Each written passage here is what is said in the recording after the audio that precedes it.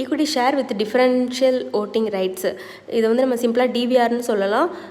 இது நம்ம ஆல்ரெடி வீடியோவில் பார்த்துருக்கோம். ஷேர் ஹோல்டர்ஸ்க்கு டிஃப்ரெண்ட் ஓட்டிங் ரைட்ஸை கொடுக்குறது தான் இந்த டிஃபரன்ஷியல் ஓட்டிங் ரைட்ஸ் அப்படின்றது. ஃபார் எக்ஸாம்பிள் 10 votes per ஷேர்னால் அது higher voting rights. 1/10 of vote per share அப்படின்றது lower voting right. Lower voting right இருக்கிறவங்களுக்கு கம்பெனி வந்து ஹையர் டிவிடெண்ட் வந்து டிக்ளேர் பண்ணும். நம்ம கம்பெனியோட கண்ட்ரோல் லூஸ் பண்ணாமல் கேபிட்டல் ரைஸ் பண்ணணும் அப்படின்னா கம்பெனிஸ் வந்து டிவிஆர் இஷ்யூ பண்ணுவாங்க. இதில் சம் கண்டிஷன்ஸை நம்ம கண்டிப்பாக செக் பண்ணணும். தட் இஸ் ஏஓஏல டிவிஆர் கொடுக்க போகிறோம் அப்படின்றத மென்ஷன் பண்ணியிருக்கணும். சப்போஸ் மென்ஷன் பண்ணலைன்னா ஸ்பெஷல் ரெசல்யூஷன் பாஸ் பண்ணி அதை அமெண்ட் பண்ணிடணும். அண்ட் நம்ம டிவிஆர் இஷ்யூ பண்ணுறதுக்கு முன்னாடி ஜென்ரல் மீட்டிங் வச்சு ஆர்டினரி ரெசல்யூஷன் பாஸ் பண்ணணும். நம்ம கம்பெனி லிஸ்டட் கம்பெனியாக இருந்தால் ஸ்பெஷல் ரெசல்யூஷன் பாஸ் பண்ணணும்.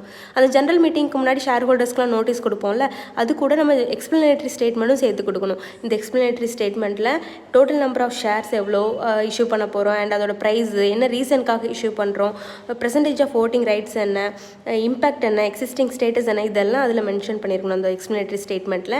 இது எதுக்காகனா நம்ம மிஸ்யூஸ் பண்ணாமல் இருக்கிறதுக்கும் அண்ட் இன்வெஸ்டர்ஸ் வந்து டிரான்ஸ்பரண்ட்டாக எவ்வளோ ஓட்டிங் ரைட்ஸ் அப்படின்றது தெரிஞ்சுக்கிறதுக்கும் இந்த எக்ஸ்பிளனேட்டரி ஸ்டேட்மெண்ட்டை கண்டிப்பாக கொடுக்கணும். தென் இதில் ஓட்டிங் பவர்னு பார்க்கும்போது அந்த ஓட்டிங் பவர் 75% எக்ஸீட் ஆகக்கூடாது.